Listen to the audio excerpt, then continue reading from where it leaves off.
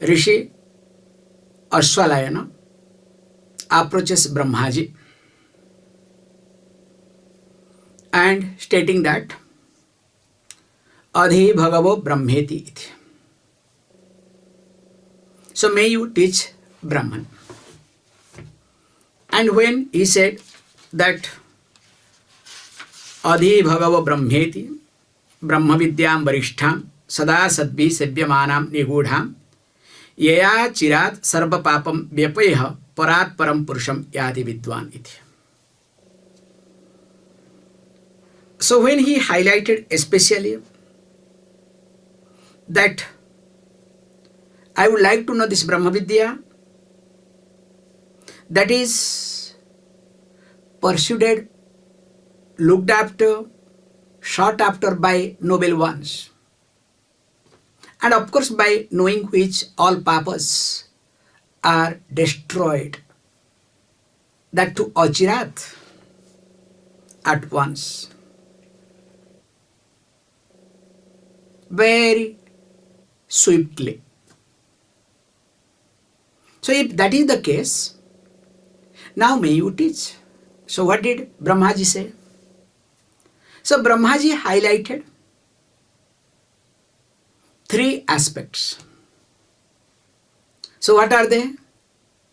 If you remember, Shraddha, Bhakti and Dhyana. Dhyana Yogat is a discipline. So this is Shraddha, Bhakti and Dhyana connected to Shravana, Mananam and Nididhyasanam that we have discussed in details. So that means the moksha, liberation can happen only through Shravana, Mananam and Nididhyasanam, not by any other means. But people are not ready for it. How many people can do proper Shravanam? You know better. So even though you are here, you don't listen to. So for Shravana, Manana, Nitidhyasanam to take place, so you need Chitta Suddhi.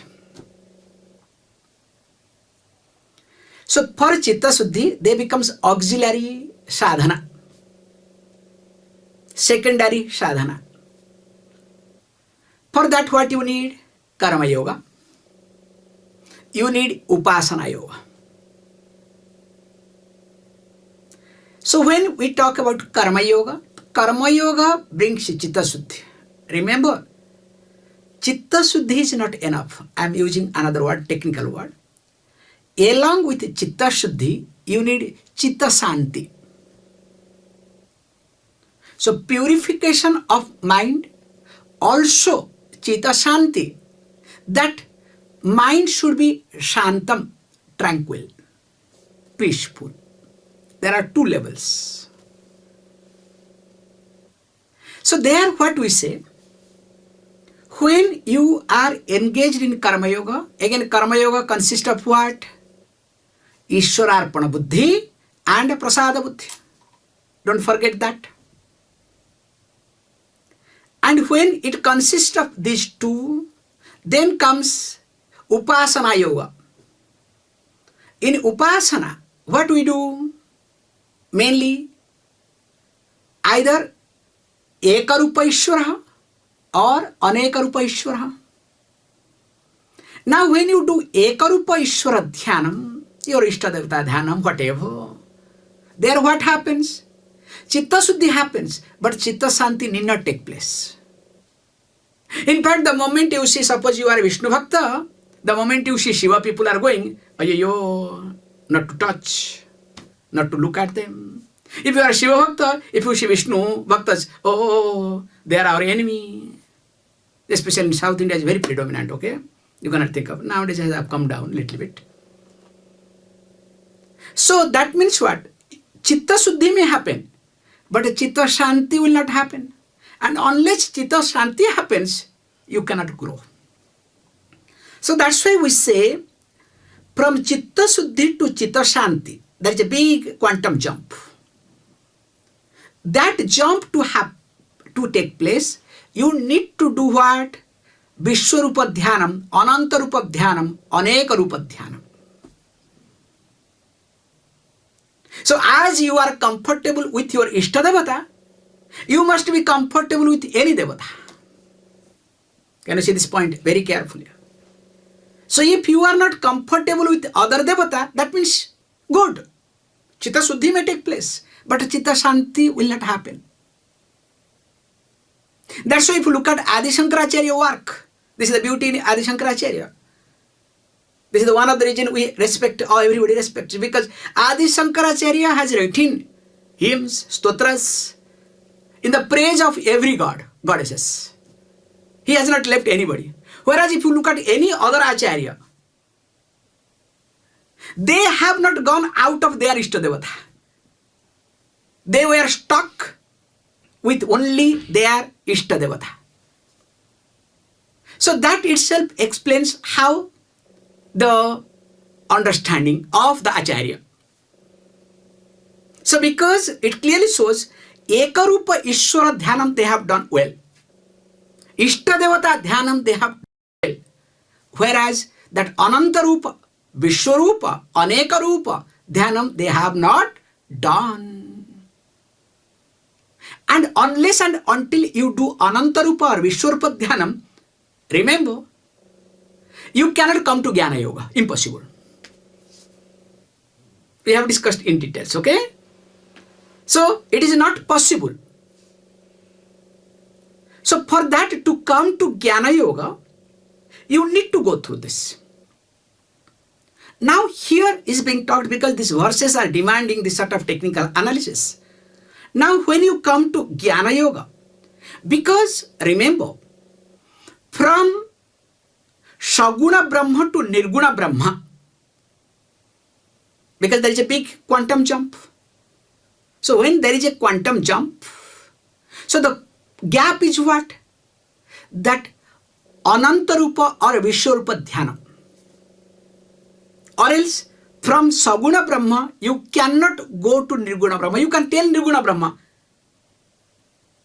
In fact, one of the Acharya presently says, Nirguna Brahma is not free from gunas. In fact, all the gunas have come out from whom? I is the most controversial person in India now. Because many times Acharya wants to be controversial, okay? I don't know why they become Acharya, okay? They should become a politician. However, this is my problem. So coming back here, that when I am approaching Jnana Yoga, or you can say from Saguna Brahma to go to Nirguna Brahma, Upasana or Dhyanam, Nididhyasanam, from Dhyana to Nididhyasanam, I need to adopt Anantarupa Dhyanam. So until and unless I adopt Anantarupa Dhyanam, means being comfortable, being accommodative, is not going to work. In fact, there are few verses related to that. And when Acharya talks this thing, now I think let us read the verse so that it becomes easier. Verse number 7. 6 we have already completed. Uma Sahayam Parameshwaram Prabhum Trilochanam Neelakantham Prashantam dhyātvā munir gacchati bhūtayoniṁ samastasākṣin Tamasah parastāt. Now, when you look at this particular verse, of course, that we have seen earlier, that which is Virajam, Vishuddham, Vishokam, and again that which is in Hrut Pundarikam. I hope you remember all these words, okay? If you don't remember, then I cannot help you at all. And of course, Shivam, Prashantam, Amrutam, Brahmayonim, Adi, Madhyanta Vihinam, Ekamiti, Vibhum, Chidanandam, Tatha, Arupam, Adbhutam. Last class, okay, we discussed quickly. So when you start dwelling upon this, now he says, look, same thing also goes one step ahead in verse number 7. Uma sahayam dhyātvā. So dhyātvā means meditating upon, having meditated. Now you need to meditate on what? So meditate Uma sahayam. In fact, you meditate on Parameshvara. Here Shiva is being taken as Parameshvara. You can take your Ishtadevata too, nothing wrong in it. What is the benefit? Also we'll talk. He says, look, the Parameshvara, so that is the Supreme Lord, which is Prashantam. So Prashantam means peaceful, tranquil. And Uma Sahayam, always come with the concept. Why and how we'll be discussing in details. That's why sometimes when you look at especially this Saundarya Lahari and other texts, I really enjoy what is the role of Uma. So to understand this concept, that's why we do look at different texts, or else that it will not work. And he says that is called also Prabhum, that which is the Lord, and Trilochanam. So Trilochanam means who has got three eyes. So general picture is what? Lord Shiva has got three eyes. Third eye. And third eye is being used for what? Only for anger. It's not like that. Surya, Chandra and Agni are three eyes. Remember this. Lord Shiva has three eyes, represents Surya, sun, again illumines. Chandra, the moon, again illumines. Agni, the fire, again illumines. So in whose presence the illumination takes place. That's why natatra suryo bhati na chandra tarakam nema vidyuto bhanti kutoyam agni tameva bhantam anubhati sarvam tasya bhasa sarvamidam vibhati. So when do you do this? During Arati time. Not in North India, what? Karpura gauram karunavataram samsara saram bhujagendraharam sada vasantam, because the pitch has to go high, okay? Because what happens there? Because the word karpura is there, okay? So because karpura word is there, that's why whenever they use the camphor arati or any arati, so then they will chant this. Hey, this verse is a beautiful verse for Lord Shiva. Yes, Shiva arati you can do it, nothing wrong in it. Not any other arati, okay? But anyway, whole group in North India, they follow. So here is being highlighted. Let us look at that when you start this Trilochanam, and of course that which is bhūtayoniṁ. Because why all this to be meditated upon? Question may arise. Because remember, Ishtadevata in the beginning stages plays a big role in life.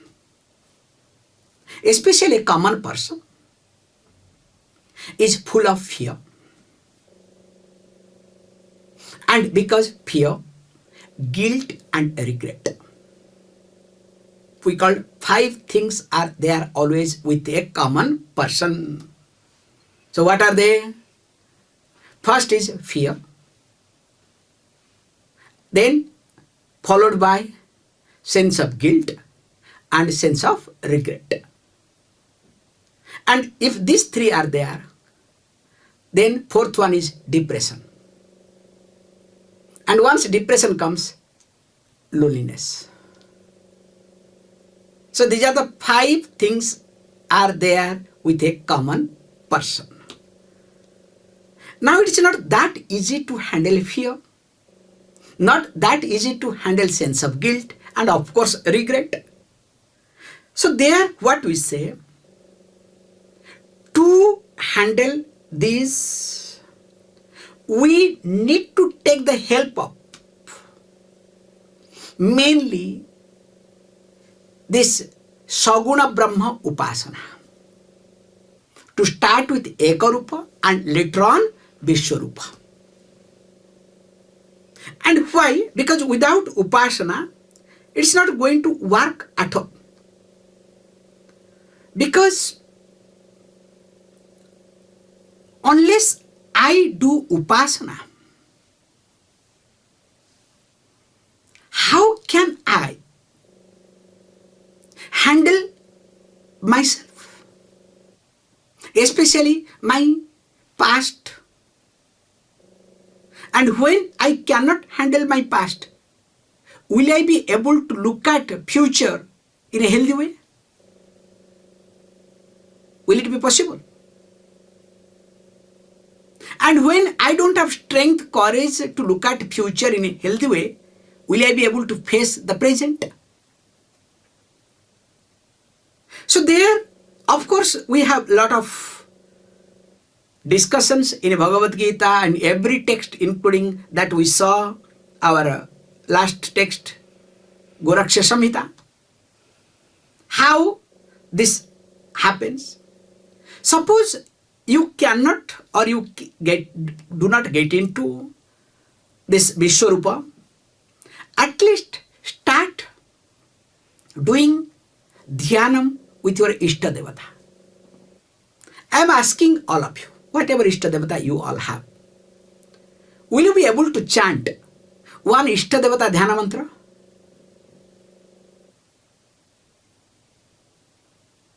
This is not acceptable.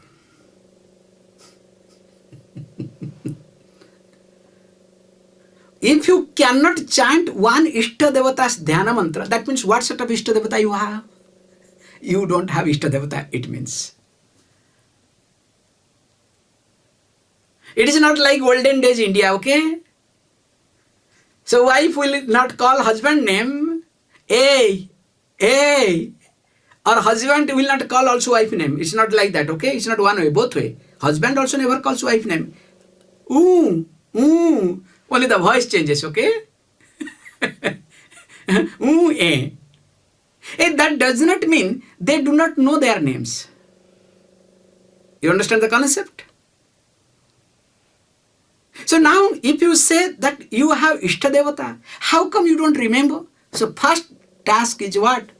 Whatever Ishta Devata you have, you must remember one dhyana shloka, that meditative posture. And also you should understand each word while chanting. So that mind must move accordingly. Because reason is why, remember, the most important aspect, in fact, when you chant especially Rudram, Apatalanavastalantamumundalam. Do you remember this, anybody? Especially 2-3 of them you know, little bit, okay? No, that also you don't remember, okay? Not get into too much, okay? Whenever you especially go through any critical situation, and that too, at the time of death, you will go through a lot of things. In fact, there are verses comes in one place, it comes, "Oh Lord Shiva, I want you should come with Uma." This is Uma Samhita. And especially when this Yama Kinkaras are dancing, they are scaring me. So instead of seeing their dance, I should be able to see you both.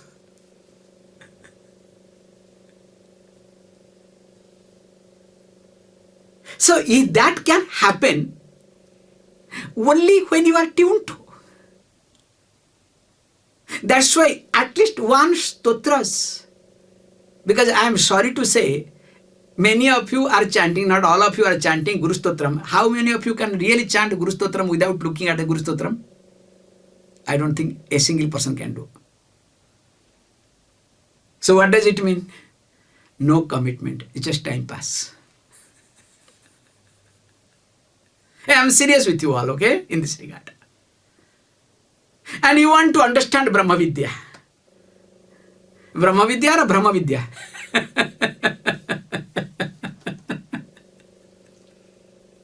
Anyway, good. So, when mind is too much preoccupied, and if you do not have a dhyana shloka of your Ishta Devata, and that too, that you are chanting every day, remember, at the time of crisis, you cannot come back to your Ishta Devata quickly. Impossible. That's why, as a rule, there are few mantras supposed to be learned by heart. The moment you see Surya Bhagavan, Namah Savitre Jagadeka Chakshuse. So the moment you see Namah Savitre, my salutation to you, Savita. You are the Chakshu of whole entire Jagata. So the moment you start chanting, the moment you see Surya Namaskar, there should be a mantra with you. No, Swamiji, I don't have, I visualize. I have my own way. I don't believe in this thing. So the good. You believe in yourself, destroy yourself, okay? Wish you all the best. It doesn't work. So the moment you see Surya Bhagavan, you must have a mantra with you.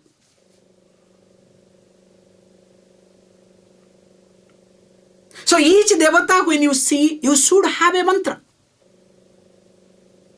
So you have full of memory to remember all garbage, but you don't have memory to remember which is essential things in your life. What does it mean? Because without this, again I am highlighting, Brahma Vidya is not going to work. So that's why he highlights that you need to have. And here, that Trilochanam, Neelakantham. So Neelakantham means, you know, Lord Shiva has got his, this neck region is what? Blue in color. Because there is a story goes, beautiful thing we learn. Why Lord Shiva is auspicious? Because of Tyagam. A Tyagi, a renunciate is always auspicious. Not any other person. And when this Sagara Manthanam took place, churning the ocean, the best thing everybody took away. There were no time, okay? But when it came, the poison, there was nobody available. Lord Shiva said, okay, I am ready, give me. So when he was taking, then what happens? This Uma went, how is it possible? So she tried to hold, because if it goes inside, something may go wrong. It cannot come out. The whole entire universe will be destroyed. So Lord Shiva suspended the poison here with the help of Shakti. That's why we say, there are poisons you cannot vomit, nor you can digest. Learn to suspend. So this is called, learning to suspend is called Neelakantha.